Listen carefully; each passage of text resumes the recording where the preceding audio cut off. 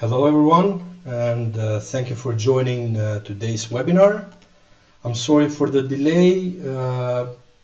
I've had a few issues with Restream. For some reason it was not connecting properly with Facebook, and practically it was causing issues. I don't know if the audio is okay. Let me check a bit on the comments.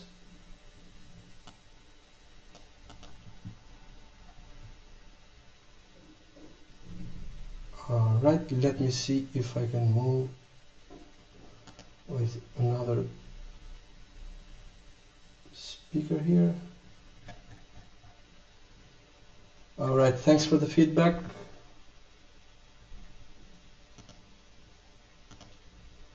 Can you hear me now? Can you guys hear me now? Thank you very much. Thanks for the confirmation. So, as I was saying, for some reason Restream had some issues with Facebook and with the channels we had planned to stream this webinar today, and that's what caused me to start the webinar with delay. I see we have numerous people already joined our webinar today. Thanks a lot for joining, and let me move to the presentation that we have prepared for today without wasting any more of your time. So, before moving forward with what I had in plan to present for today, I wanted to first focus a little bit on what is new on the optimizer, because from last time that we went on a live webinar, we have had a lot of changes. Our team hasn't been sleeping, but indeed they've been working on some pretty cool stuff.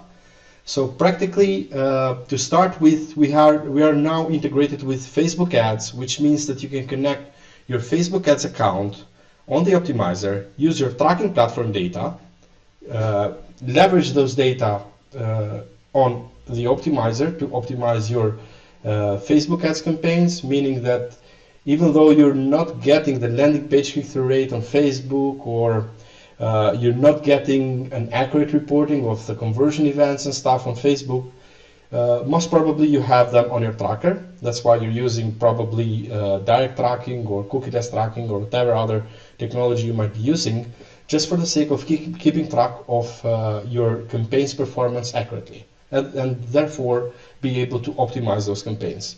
Using the optimizer, you can connect one of the supported click trackers. Then, based off the click tracker data, you can optimize your campaigns using automatic rules to pause or activate campaigns, pause or activate ad sets, pause or activate ads, day part campaigns, change campaign budgets, bids or ad set bids, as well as automatically clone ad sets on Facebook. Let's say one of the examples would be, say we are running 4 ad sets on one of our campaigns. Not all of the ad sets are performing the same, but one of them is performing better than anyone else, and in that case we might want to duplicate that ad set automatically and scale that set of audiences, or try to get more of that audience than we had before. So this is one of the best practices that we hear a lot of people are doing with Facebook, and we currently have a considerable amount of users that is using our Facebook rules to optimize their Facebook campaigns with a fair amount of success. So if you haven't connected your Facebook ads account yet, I would suggest you to do that. And if you have any suggestions, or if you have any feature requests or functionality requests that you want to see on the optimizer related to Facebook, just drop us a message through our website chat channel, or support at theoptimizer.io, and we'll be happy to add that on our to-do list. Moving forward, besides Facebook, we also have integrated Amazon DSP, which means if you're running e-commerce traffic, or if you're running traffic to your e-commerce store and you want to sell like on Amazon, but not on Amazon, but outside of Amazon, you can easily access Amazon's inventory and their partners' inventory through Amazon DSP. They have a pretty different approach as opposed to what we're used to, like let's say when buying traffic on Facebook or on Google or on other DSPs like Volume DSP or let's say Taboola or Rev Content or Outbrain. They have a slightly different approach. However, having some automation capabilities there, having some automation capabilities there is crucial because first off, their platform is still in the early beginnings and it's pretty slow to update stuff and interact in the interface. And secondly, you have so many dimensions that it's pretty hard or virtually impossible for a human being to take care of all moving parts present in Amazon DSP all at the same time without wasting ad spend or without sacrificing something from their budget. So with Amazon DSP, you can practically pause or activate campaigns, domains, or apps. You can pause or activate creatives, line items, supply sources, deals. Also, you can change campaign budget, line item budgets, and item bids. So practically everything that you need to do manually with Amazon DSP, you can do it automatically through the optimizer. Excuse me just a moment. I see there are some comments regarding poor connectivity.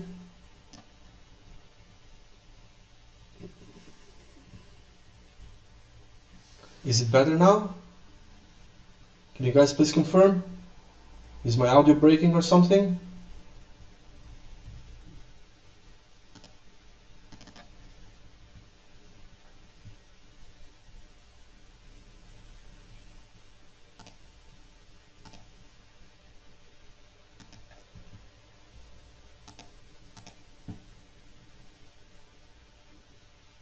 Oh, okay, it's just the video.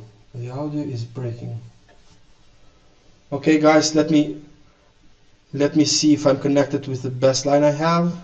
Okay, I'm with it, so most probably Restream has somehow influenced the audio. I will later on send you the replay as I'm trying to record this video on a high quality.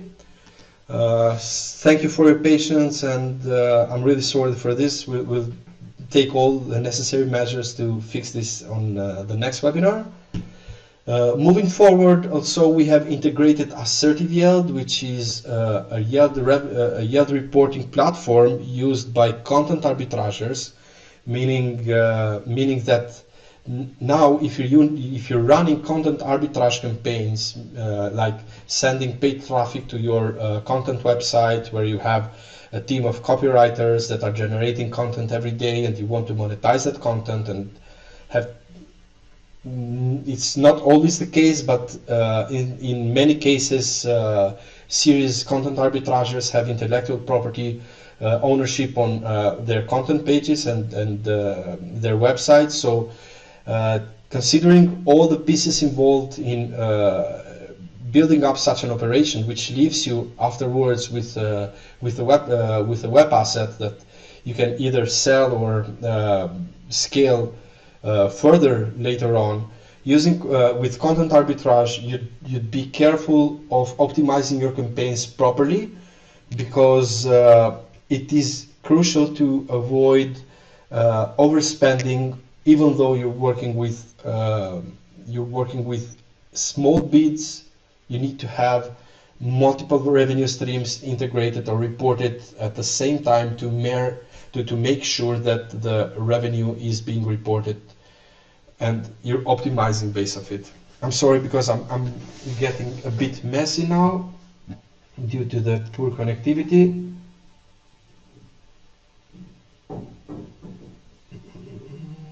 Let me try to switch to my headphones. Can you guys hear me better now?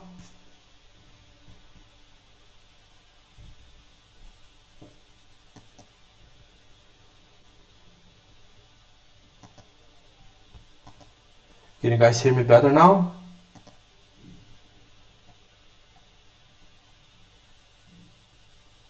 Now it shouldn't be related to the video quality. It should be related to restream that's got in between.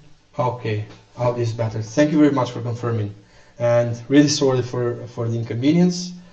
So practically, as I was saying, if you're running content arbitrage and you are pulling revenue from multiple publisher services, or let's say monetizing your content website through multiple services, you need to have them all concentrated in one place and stream that revenue and that engagement, those engagement metrics back to the optimizer in order to be able to automate the optimization process.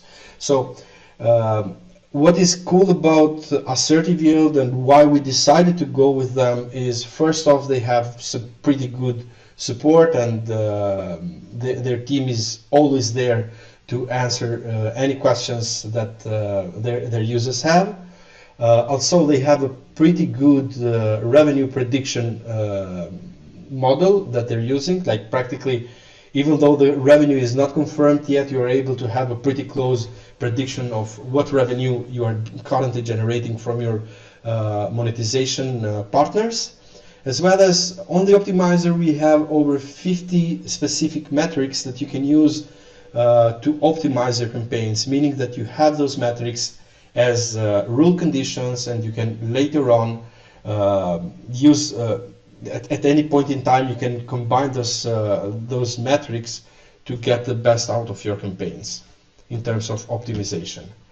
Also, from some time, and I'm pretty sure you are already familiar with the search arbitrage integrations that we already have. However, I think that from the last webinar, I didn't go through the integrations that we have.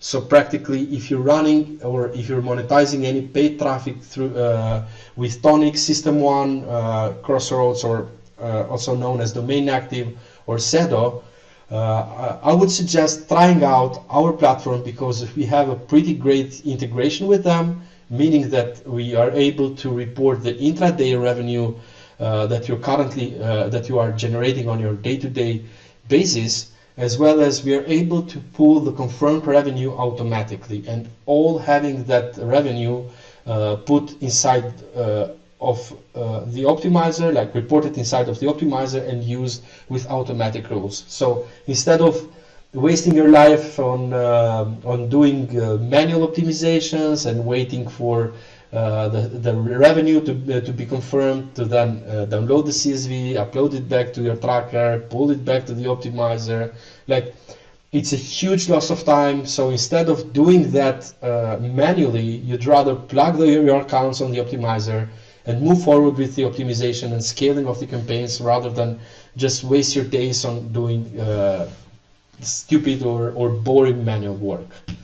Also, some of the system updates that we have introduced recently is also the possibility to use the widget name or publisher name in the rule conditions. That includes, let's say, to give you an actual example, would be like if you're running traffic with Taboola, or if you're running search arb with Taboola and you don't want to get any push traffic, in most of the cases you will have publisher sites named under containing, let's say, push as a keywords or as a string of characters, or native as a string of characters, and you can easily say, okay, if I have 10 or more impressions and the publisher name contains push in it, or contains native on it, I would like to block the publisher. So in those cases, even though the publisher might have generated some impressions, or the widget might have generated some impressions, you are still able to block that widget without spending much money on that, or sending uncompliant traffic to your campaigns. Then, getting back to the after the updates, let's focus a little bit more on the core topic of our webinar today, and practically let's focus a little bit on scaling and optimizing the campaigns. I hope we don't have any other issues right now with the audio, at least. I'm recording the video, and I will as well share the video afterwards for anything that you guys might want to check again. So getting back to the optimization process, I would say that it is safe to in order to properly optimize a campaign, you'd rather start with your KPIs. Like, you need to define your KPIs, because if you don't have a clear picture of what metrics you're optimizing for, then you're just flying blindly, you're just wasting money, and instead of spending that money on collecting data that you can reuse later on, you're just trying a hit and miss approach, which that will lead you nowhere. So practically, if you're running affiliate offers, it is always suggested to ask your account managers for the conversion rate of the offer, the EPC of the offer, or the volumes that the offer is receiving, and if possible, you would like to check what is you would like to check with your account managers what are the channels that the traffic the traffic channels that these offers are getting traffic from, because if, let's say, you're getting offer XYZ is getting traffic from Facebook, but you're trying to run that campaign on Google search or on native traffic, and the funnel is slightly different, or the user experience is different, and the results therefore will be different, obviously you're comparing the offer results to another type of traffic, or a similar approach, like if you're running the campaign on native but you're trying to put it on Facebook or some other social networks, you have to make sure that you are using the right references before moving forward with calculating or making the preliminary calculations for your campaign's optimization. Also, if you're working in e-commerce and you're working with clients that want you to promote their products, in that case you would like to focus a little bit or audit a little bit their current performance, what their websites are converting, what kind of results they are getting from referral traffic, like their own network of affiliates or referrals, or paid traffic that they might have run before you taking in charge of their campaigns, in order to get some preliminary idea of what the conversion rate is and what the bounce rate of their websites is, because by the end of the day you're taking charge and you're taking responsibility over someone else's success. So in that situation, you'd rather have you'd rather have a clear picture of what you are going to deal with, rather than just promising something that you cannot achieve. Because with clients or in the position of an agency, if a client is not keen to improve their website or improve anything that you might see as not optimal in their websites, then in that case you are going against a challenging duty. Also, if you're running arbitrage or search arb, always check about the RPMs and the conversion rate of the offers, or click-through rate of the offers. And I often hear that people are focusing too much on the RPC, which quite frankly to me it doesn't make much sense to focus that much on the RPC, for as long as we have a changing click-through rate which differs from one vertical to another, from one domain to another, from one set of keywords to another, or from one country to another. So always get the right insights for your offers before planning to start a campaign. Because let's say you're expecting to have a click-through rate of 30%, but if you're not getting at least one click after 15 visits, or at least one keyword click after 15 visits, then it's obviously you're not even remotely close to what the optimal thresholds of that offer are. So in that case, you'd rather block publishers or block publishers quite aggressively until you clean out anything that doesn't work for your offer, and then move forward with the rest, or either change the offer. Also, it is quite important to know what networks are you working with, and I often see that many media buyers use or treat all networks as the same. Let's say all native ad networks as the same. It's not the case anymore. Maybe it was some times ago, like some years ago, but still, even then, it wasn't the case, because each traffic source has their own proprietary algorithm. Each traffic source has their own way of optimizing the campaigns or approach in terms of campaign optimization, and you don't want to have that.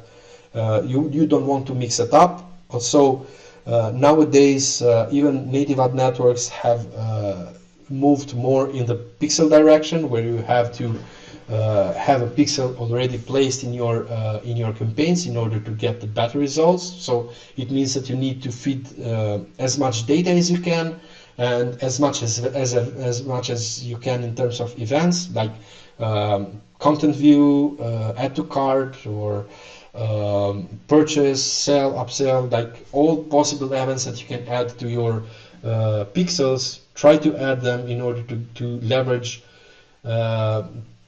the traffic source algorithm to their best. Also, it's a good approach not to fight the algorithm, and we see quite often that especially unexperienced media buyers try with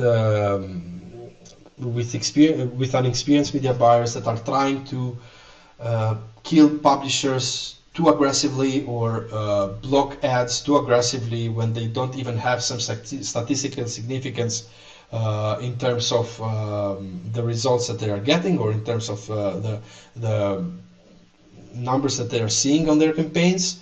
At the same time, when they're doing this, they are fighting against the algorithm. So, meaning that if, let's say, Taboola wants some time to kind of understand what the trends of your campaigns are, or wants to understand what kind of results you are getting on your end, and you're blocking those publishers too aggressively, then you're going against its approach. So in terms of delivery or in terms of traffic distribution, you might see some capping, or you might see some issues with delivery. Or in terms of bidding, you might see some issues with bidding. Like sometimes I see people that are trying to bid too often on the site level. So they are trying to do site bid changes twice, 3 times, 5 times, even if every 30 minutes throughout the day, which is not the case. Why? Because almost all networks nowadays are doing some sort of auto bidding on their end. You have some control over the bids, but you don't have total control on it, meaning that at the very moment that you are changing, let's say, the site bid, you somehow are still outside of the total control area, because the traffic source might decide that it is the case to pay maybe 100% more or 50% less, and you still have some dynamics that are out of your control. It could be the case that some networks like Outbrain give up on bidding control once you change the bid on the section level. So in case you're changing the bids on the section level on Outbrain, it means that from the moment that you're changing the bid, moving forward, the bid will be the one that you set. So you won't have any control over the bidding anymore. With Rev Content, I think they are doing some sort. They have introduced the pixels, and they are doing some sort of this stuff already. I haven't updated, to be honest, with Rev Content yet. We'll make sure to reach out to them and ask for maybe a full coverage, maybe with someone from their team to give us a full roundup or a full update of what's happening with Rev Content. We're planning something similar with Taboola, and I have some really cool surprises moving forward. So we're trying to uh, bring as much content related to what you guys are doing from the source of information, besides what our experience is and what our everyday uh, everyday experience with our users is. Also, uh, when scaling, when testing campaigns, you would like to test and fail a campaign as soon as possible. So if you are working, if you are trying to make something work, try to test as fast as possible, and at the very moment that you get some distant results, uh, go ahead for it. Like, don't wait for the data. Or let's say, to give you a more practical example, let's say that we have started a campaign that is spending $100 a day or $50 a day, or depending on your cash flow or budget capacities. You don't want to wait for the budget to be spent when you're seeing a promising campaign, but rather, if you're seeing that you're getting some promising results, increase your budgets, gather as much data as you can. At the same time, besides the fact that you're gathering data faster, you're scaling your campaign faster. So you're at the same time in the process of scaling a campaign, and simultaneously you don't want to beat a dead horse with a campaign that's not showing any promising results. So if after the first initial, or the initial testing budget, you're not getting the wanted results, or you're very far from the wanted results, you'd rather block that campaign and move forward with another one. Maybe it could be a clone of the same exact campaign, or it could be a slight variation of the original campaign, with maybe new creatives or new web landing pages, or even new offers, because sometimes all these moving parts, or all these different parts, require different or deliver different results. So in that case, you want to act as fast as you can without wasting any budgets, because if you're leaving things sleeping there, you will end up wasting money without putting the data that you bought into work.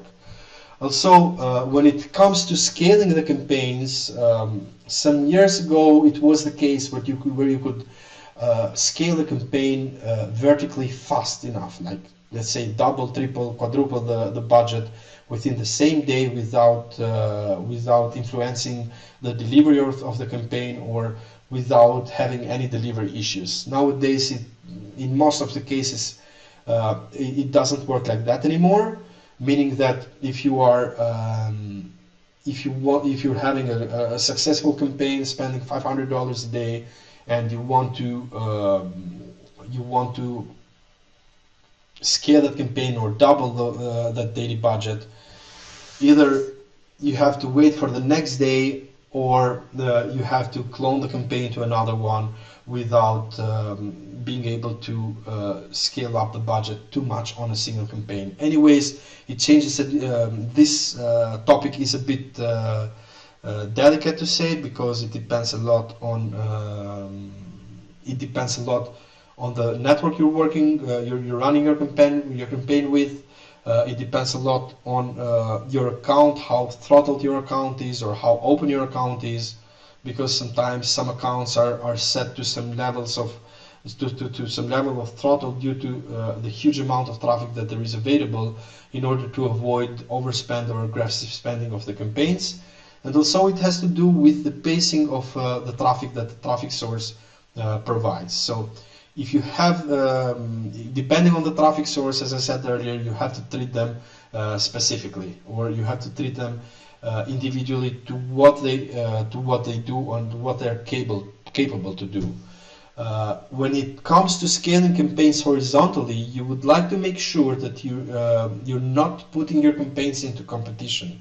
Like some networks like Outbrain, you are okay to go with as many campaigns as you can in terms of campaign duplications, without suffering any account level competition of the campaigns.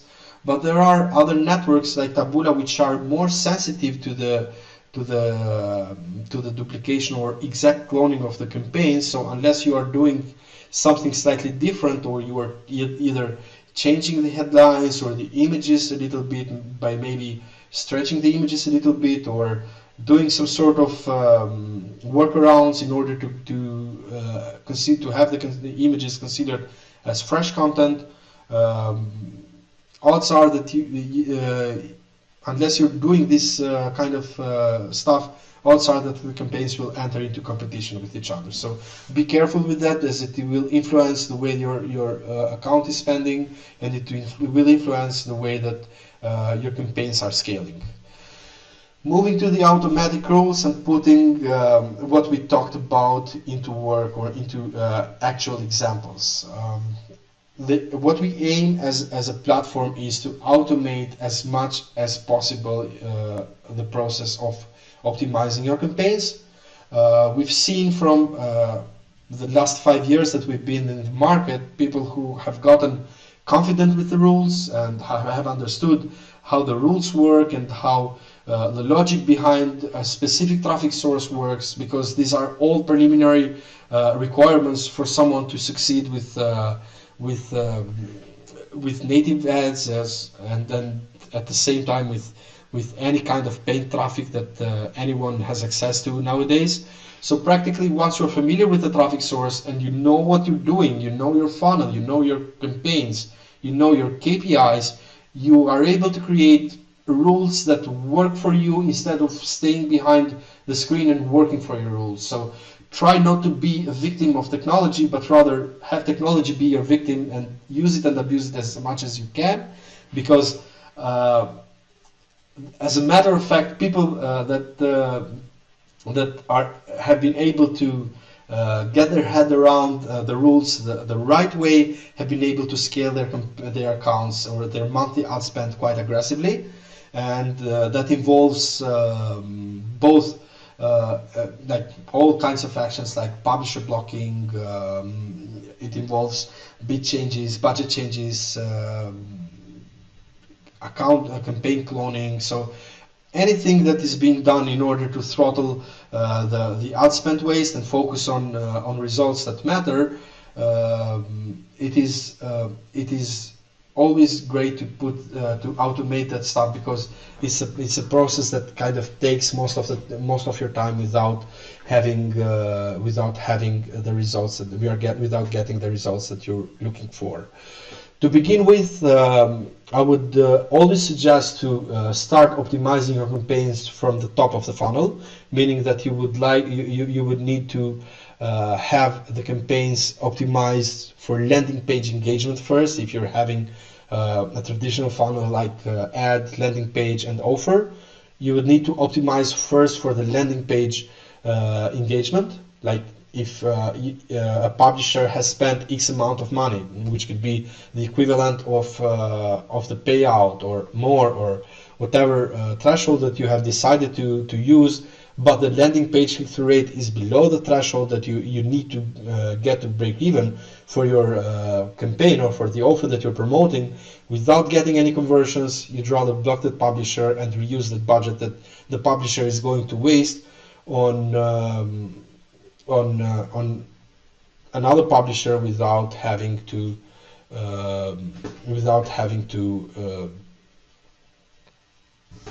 sorry guys. Yes, sorry guys again. I will send the replay with a better recording quality. Thank you so much for your patience. I'm really in a bad position today. Didn't expect this to happen. As I was saying, always optimize from the top of the funnel, then moving forward to the bottom of the funnel or middle of the funnel, because you would like to avoid as many traffic that doesn't match your offer or your campaign as much as possible. So if you're not getting, let's say, and you might have heard that, okay, if to run native, you want to have at least 15% landing page click-through rate or 10% click-through rate or stuff like that. But that's the case with specific offers, like it could be with lead generation or it could be with some aggressive offers, but it might not be the case, let's say, with e-commerce, because the conversion rate differs a lot, and the payouts differ a lot between lead generation and e-commerce, or maybe some digital products. So always optimize from the top of the funnel, then move forward to the middle of the funnel, and by tweaking bids or changing, by improving your funnel, as well as doing automating all the rest of the optimization. Next, I would say you don't need to treat all widgets equally. Let's say that you're running traffic for, let's say, a month or more, or a few years, and you have collected some data. So you know that from experience, some publishers are working better than others. So you don't want to block those publishers that aggressively the way that you are doing with the other publishers. Indeed, you want to kind of treat them separately. Let's say MSN.com is, let's say, one of the best Taboola placements, or one of the best even Outbrain placements, or even Yahoo Gemini placements that you want to get conversions from. So instead of having that placement being blocked by a standard rule, you would like to have that placement treated separately, and therefore in the automatic rules you can say, okay, block everything that has even when you're optimizing for the top of the funnel. So block everything that you are that is showing poor results, but don't block or exclude, let's say, Fox News or MSN or whatever the publisher is, or if the publisher ID is numerical, just put the publisher ID there in order to make sure that you don't have, or you're not blocking the publisher quite aggressively. Then after that, after you have created such a rule, or you have added such an exclusion to the rules that is blocking publishers aggressively for low engagement or low top of the funnel engagement or results, then you would like to create a separate rule that will take care of those publishers only. And there is where you say, okay, include only these publishers in order to block only those publishers with the exceeded thresholds, and with more room for error with the aim to get the results that we are wanting. Because sometimes we may block a highly scalable publisher at the beginning just because our bid wasn't that competitive, or we weren't serving at the right position, or maybe our funnel isn't at its optimal stage. So you want to make sure that you are treating publishers or widgets individually or differently based on their performance, and using the data that you have collected over time. Also, you want to squeeze profitable days. I said a little bit earlier that nowadays it's not the case where you can scale campaigns that aggressively. And again, it could be due to the throttle that the account has in order to avoid overspending and spending of the campaign's daily budget without the desired results, or far away from the desired results. Instead, you can still get some scaling in terms of budgets, and I would strongly advise to check with your account manager what to do in these cases, or if your account has some throttling. And in order to automate that scaling, you would like to create a simple rule, like if traffic source spend for today is greater or equal to 70% of the daily budget, or 60% of the daily budget, that your tracker ROI is, let's say, 50% or more, or whatever threshold that makes sense for you, you add a scheduling, you add an hourly schedule, like I've done here, where you can select the time frame between which you want to change or you want to scale up the budget of your campaign.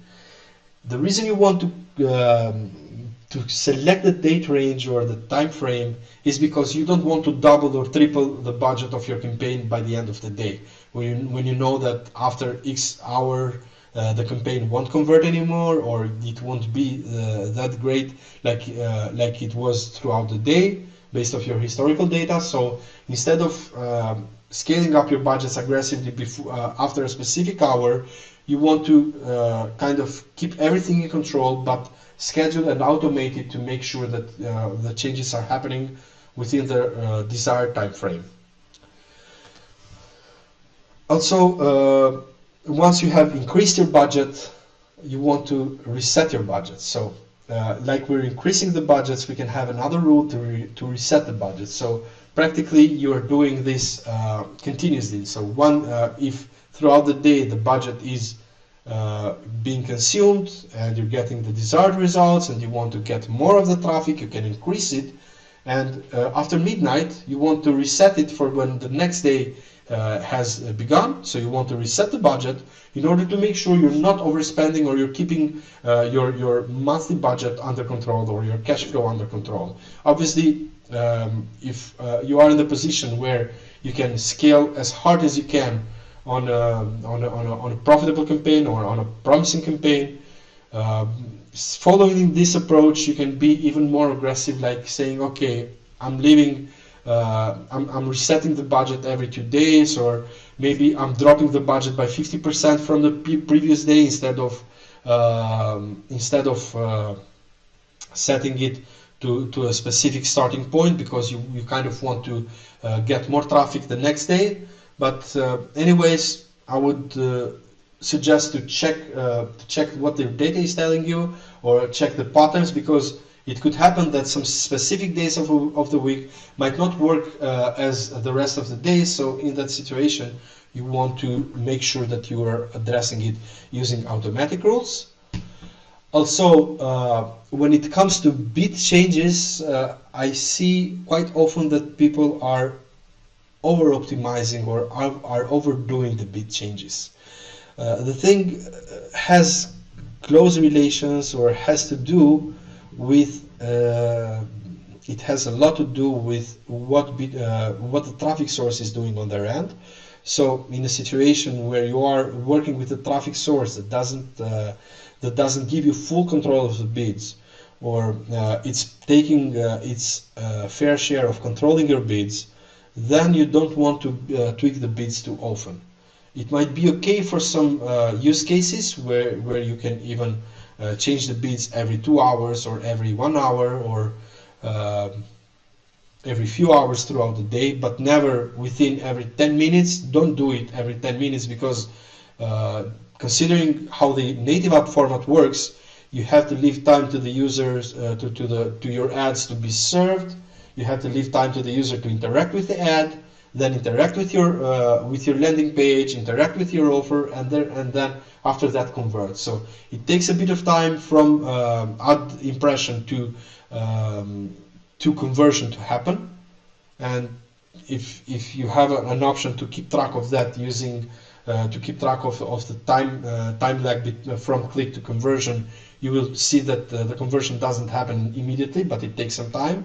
So in that situation, you don't want to change bids too often, because you might end up changing bids based off an unconfirmed data or unconfirmed information that makes it quite unreliable.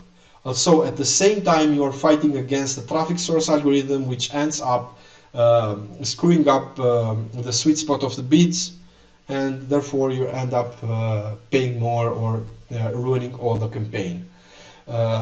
One situation where you want to tweak or change bids quite often for yourself is when you have a campaign that, or when you're working with a traffic source that gives you total control of the bids once you have changed it. So instead of having the traffic source algorithm to play around with the bids, you're in charge to take care of the bids, and you're in charge of increasing the bids, decreasing the bids continuously in order to find the sweet spot. Then is where you have to build up a specific framework on how and when you want to change the bids, and that has to do with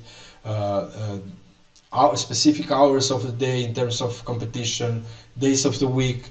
If you notice some traffic drop from the previous days, or in terms of ad spend, if you notice that the ad spend is lower, then most probably someone else is bidding higher than you and it's getting more traffic from the specific placement. So these are all conditions that you can build up with the automatic rules on the optimizer, and you can address that automatically without having to waste your life behind the screen to run these changes.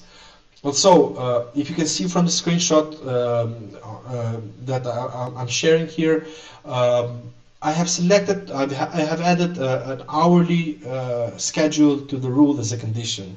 What we're doing with this is that we are currently selecting when the rule is being executed, meaning that we are firing this rule 3 times a week, and we are combining this with the execution frequency of every 1 hour of the rule. So if you set up a daily schedule, an hourly schedule on the rule as a condition, and you set the execution frequency to be run every 1 hour, it means that your rule will run on the selected hours only. In this case, it will run on Monday, 10 a.m. Central European Time Zone, on Thursday on 11 a.m. and on Friday on 3 p.m. Central European Time Zone. So this kind of schedules are quite familiar on our platform and allows you to allow you to create some advanced rules. Also, in terms of conditions, you can go pretty stacked, or you can go pretty narrow, like throttle rules activity to a specific range if needed. So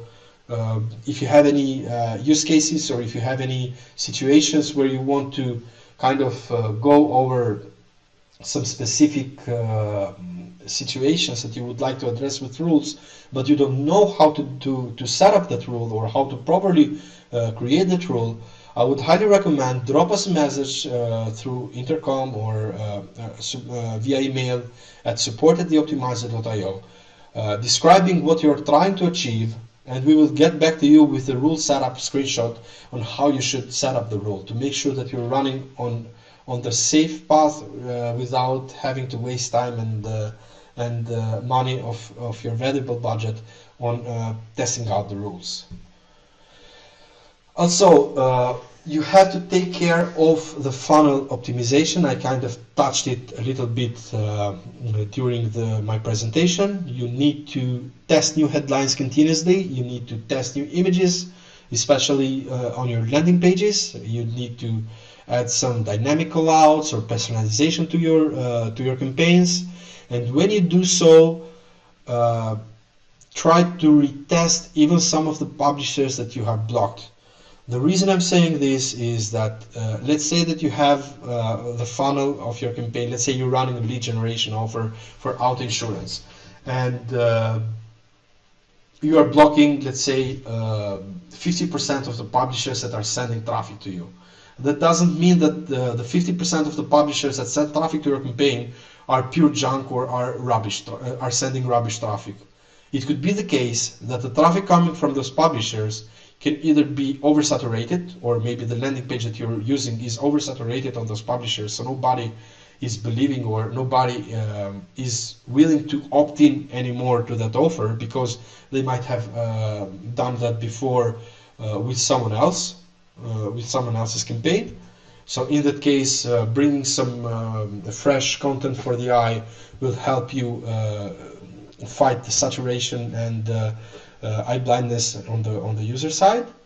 Also, it will help you build better content and improve engagement even on publishers that were not blocked. But when you're changing a lot of stuff, or when you're adding specific customizations to your campaigns, I would always suggest to go and make or at least retest some of the publishers that had some decent top of the funnel performance results, like landing page click-through rate, let's say, or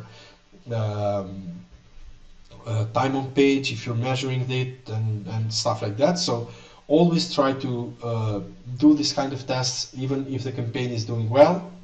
It won't hurt you, or if you don't want to risk it on a campaign that's doing well, you can always duplicate the campaign and test it on a new campaign where you can see how things go.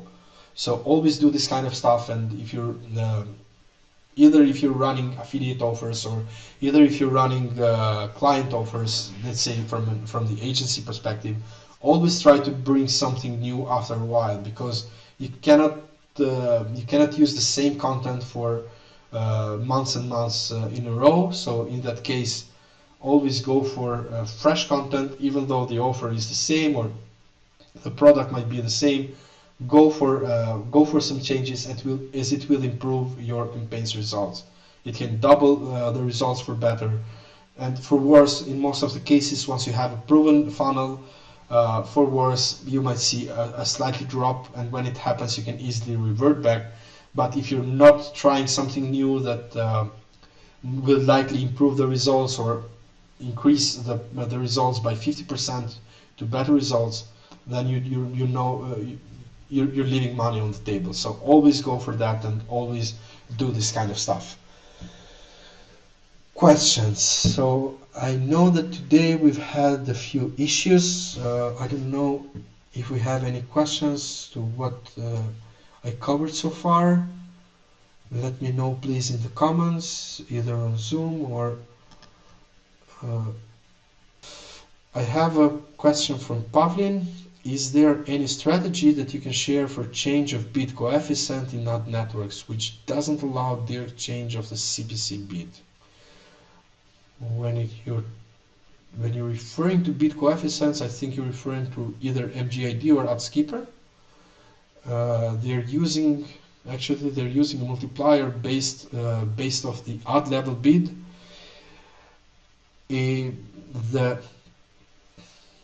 The struggle with MGID and AdSkipper in most of the cases has to do with the fact that you might have different ads with different bids, and that widget coefficient is going to be multiplied with ad A, ad B, or ad C, which all have different bids. So let's say we have 25 cents on ad A, and the widget coefficient for widget A is 1. We have ad B, which has a bid of 50 cents, and the widget coefficient for widget B is 1.5. In that situation, we will end up paying 75 cents on widget B for ad name B, and we will end up paying it's 25, so it will end up being something like a little less than 40 cents for for ad A. So in that situation, I would say focus, try to keep the odds, or try to understand the correlation, maybe running some drill down reports from your tracker to understand the correlation of the traffic volume from one ad to a group of widgets, to try to isolate some patterns. And if you're seeing that the average CPC of a specific widget is ranging within a specific range, try to address that using widget coefficients. Unfortunately, it has been quite a lot of time since I last ran with MGID or AdSkipper. I'm a bit outdated on how their networks are currently behaving. So I will try to check out with my colleagues if they have some up-to-date information on that, and follow up with you, Pavlin, privately via email, if that's okay with you. Do you have any other questions? What are your thoughts on using Bayesian analysis to decide whether to keep, pause ads and placements? This is quite an interesting question. Some time ago, we ran a test, like it was a couple of years ago. We ran a test with one of our data scientists that are working for our own algorithm, and we noticed that the Bayesian analysis kind of failed, especially for the kind of traffic when we have multiple widgets, multiple ads. So let's say the setup that we're having with native ad networks. So it kind of failed, and in that situation, it was that it's not that easy to rely on Bayesian results. You'd rather go for a mathematical approach, or let's say a more stable approach or plain approach, to kind of sort out what are uh, what are the thresholds that you might achieve, you need to achieve, or what are the optimal performance metrics that you need to achieve before moving forward with the rest. Because nowadays, nowadays it is impossible to, let's say, determine what the best path is for as long as you're not aware on how the traffic source is behaving, or as not as if you're not familiar with what the traffic source is doing when it's playing with the bits, and what the network on the other end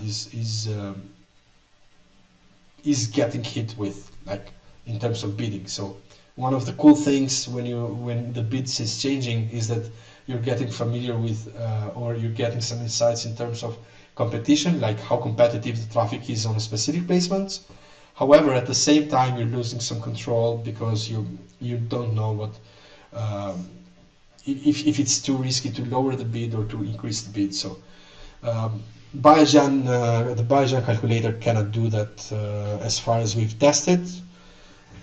We are trying to sort out something in regards to that, and we will soon update you guys when we have something ready. But I can guarantee that there's nothing too easy on that, or there's no one size fits all on that. We have another question from Albert: how to scale a search arm? I guess we've had this discussion even privately. It's not like, as I said, there's no plain answer to this. Like, it depends on the traffic source. Give me some hints. Like, what traffic source are you referring to? Because one thing is, okay, Taboola. I think we next month we will be able to answer your question, Albert, in more detail on the planned webinar for Search Arm, in collaboration with some friends at Taboola. So practically, we will be talking about the topic only. So I will bring some of the people that know pretty good how this kind of campaigns work, and you are free to answer to ask all the questions that you can to them. As for now, I can say scale horizontally, as I've said you before. Test more, and sometimes you even have to take in some of the losses in order to be open to more placements. Like, it's not impossible to move from I don't know, 20k to 100k a month. From one month to another, you can do that. It's not impossible. It's quite possible indeed, and we have many cases where we've had users scale quite aggressively. We have users that scaled quite aggressively just by using or testing more and opening up to more placements by scaling up their budgets. It all comes to the risk factor that you're willing to welcome in your campaigns, like how much you're willing to lose, because it will take a bit of time to have the campaign regain traction in terms of traffic. Another question from Matthew: how do you recommend controlling bidding on Taboola with a smart bid, and when do you suggest switching to fixed bid? I would always go for smart bid first and fixed bid later. Smart bid first because you want to kind of have Taboola work for you. Like, you don't have to do the guesswork, but rather leave it on Taboola's side. They will try to give you the most amount of traffic with the best bid possible in terms of lower bid. If there is competition there, you will get a higher bid. Or if your ad doesn't have a good viewable click-through rate, which is one of the important metrics on Taboola, most probably your average CPC along with the viewable CPM will be higher. So try to be as much creative as you can with your ads. We're seeing some ads that have been around for years, it doesn't mean that they don't work, but it could be the case that they are oversaturated. Try to be a bit creative, or be in between the lines of spammy and not spammy with the ads to kind of improve the click-through rate of your ads and improve the average CPC. Once you've done that, and what I'm saying by what I said, I don't mean to be spammy to risk getting any complaints from the publisher side, where when a serious publisher might say, okay, I don't want this kind of ads on my website, please remove them, and that has happened quite some times with Taboola or Outbrain or whatever native ad network that has been around for so long like that. So I would go for smart bid always, even when you're changing the bids, change them into smart bid mode if you see that there are some fluctuations in terms of traffic, or if you see that there are some changes in terms of the amount of traffic that you're getting. And then when you see that the widget is converting, but you're kind of losing money, or you're slightly profitable, or you kind of want to squeeze some extra profit from that widget, then it's a case to switch to fixed bidding and try to take control over the bid more for yourself. However, when you're doing so, you may or may not risk to throttle the traffic from that widget. It depends a lot on the account. It depends a lot on the amount of budgets that you are managing daily. Because aside from the bid and aside from the viewable click-through rate, we have to take into account that the amount of daily budgets or campaign budgets that are being allocated to the campaign is being taken in consideration by the ad network in terms of delivery. That's why we hear, or quite often we see that people that are spending considerable budgets a day, or are managing high spending accounts, have less issues with keeping bids under control, even with lower bids, rather than small campaigns, because bigger whales will kind of spend more and will get more better priority than us that are spending, let's say, $10 a day or $50 a day. Albert, is it better to start $20 a day CAP or $100 a day CAP for our search ARB test? For search ARB, I would say you can start safely with 20 or 30 or 40, and there you have to focus on horizontal scaling more than vertical scaling, because as of recent we've seen that many publisher sites have started complaining about some aggressive ads like dental implants, let's say. It's a hot vertical. However, some networks don't like to have the dentures like Taboola does. Like, you cannot upload dentures only images without a person in it, or without because they are considered too aggressive, and that has come out as a result of publisher sites complaining of having dental implants on news sites or entertainment sites that had nothing to do with dental implants or those kinds of offers, and therefore you have to kind of be a bit more creative with the ads to overcome that kind of throttle. So you start with 20, it's okay. Go with 30, with 40, depending on how promising the campaign is. Also, it depends a lot, like the starting budget, it depends a lot on the geo that you are targeting. If you're targeting a geo that you hadn't targeted before, odds are that you don't want to start with $100, or you want to start lean, or maybe you want to start aggressively, but you have to take in consideration that you're going to lose some money at the beginning because you have no data that you can use. So in that situation, you want to be aware of that. What do you mean by throttle account? What is this, for example, for Outbrain or Taboola?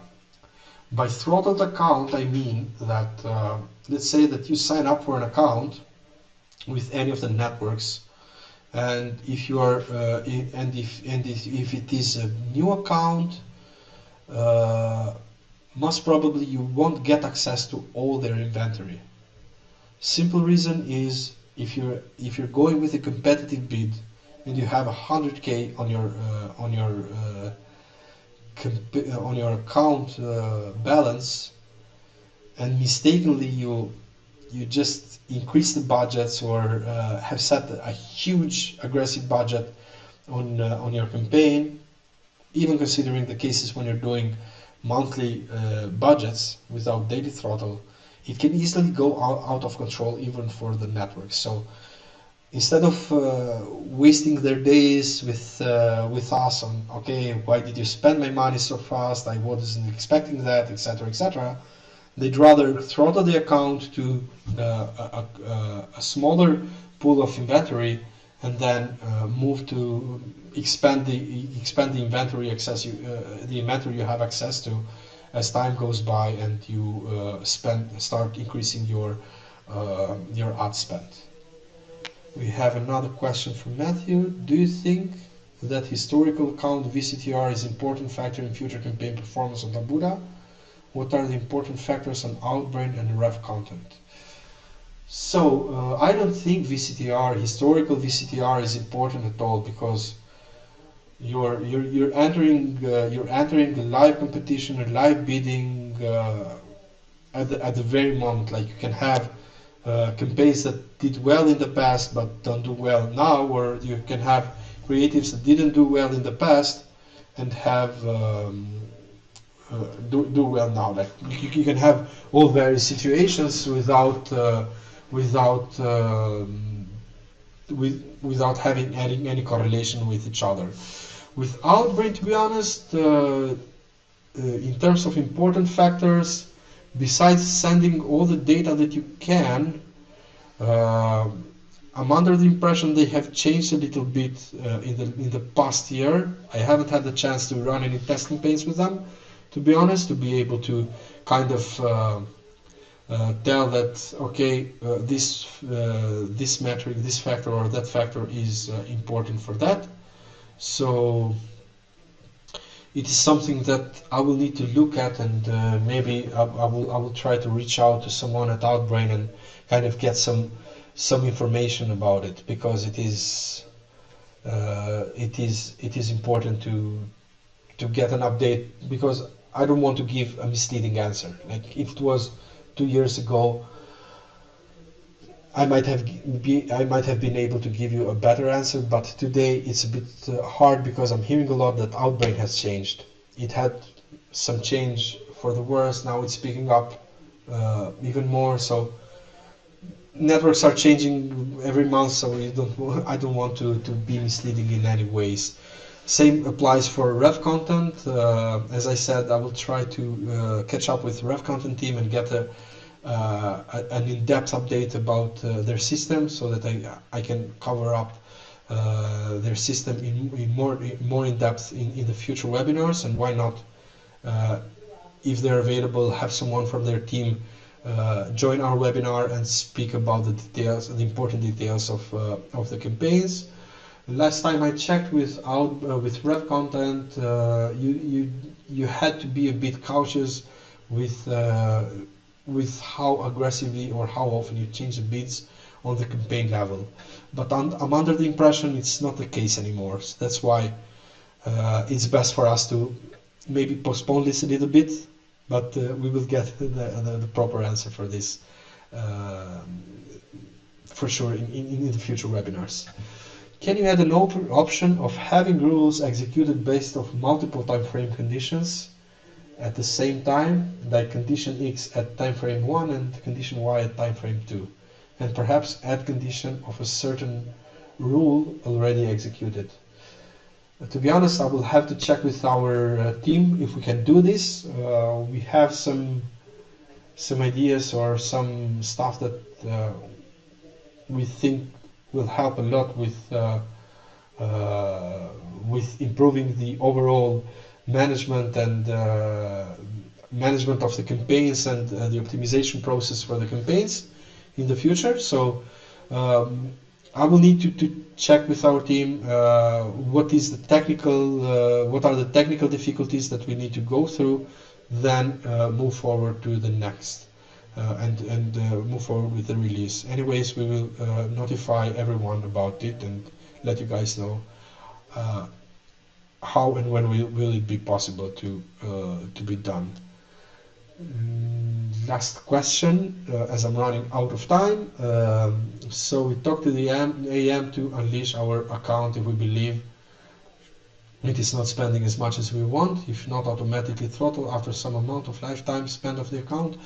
Generally, it will accounts will come with time. Like Pavlin, you might have noticed that, let's say, MGAD doesn't kind of puts a throttle of the amount on the amount of ads that you can upload when the account is new.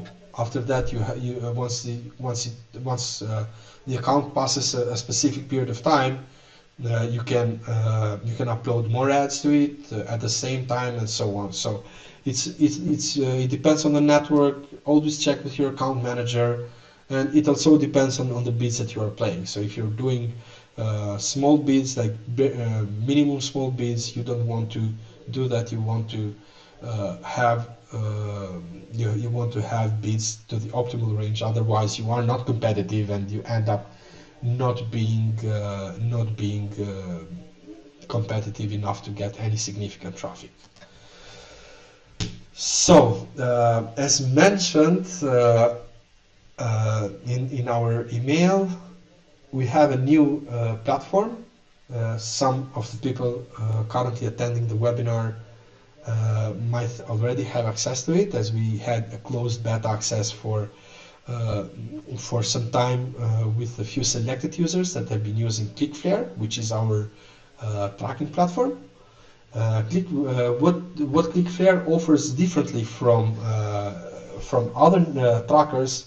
First off, with our platform, it has a direct integration with the optimizer.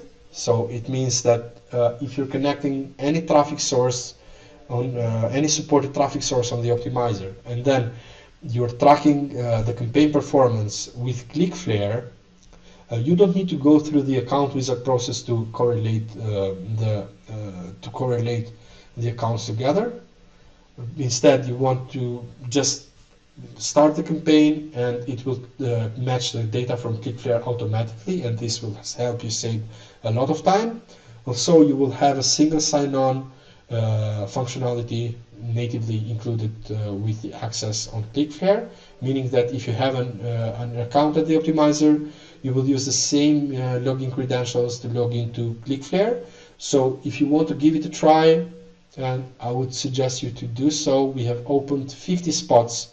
So it's a first come, first served type of thing, that the first 50 people that will join our that will opt in for access to Clicklifter will get access to it, and after the 50th person, we will block it till the next round. So you get the persons that will join the Clicklifter beta for now will be able to use the platform for free till the end of the year. So you can send as many events as you want. You can send as many traffic as you want.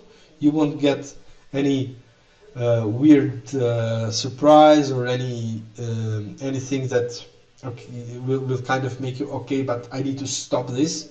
Quite the opposite. You have cost integration with Taboola, Outbrain, and Facebook and some other networks. Sorry, but I didn't update properly before the webinar, because we are adding ad networks cost reporting every day. Also, we have revenue reporting and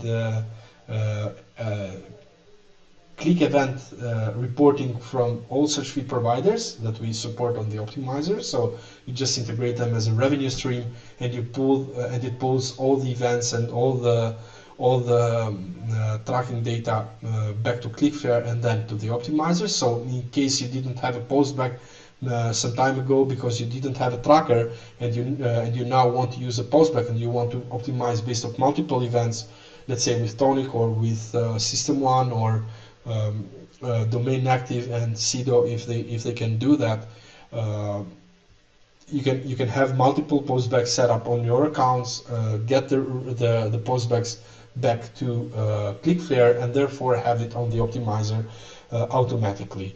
All the custom events and all the metrics reported on Cloudflare are visible on the optimizer, so you can use automatic rules from one platform to another.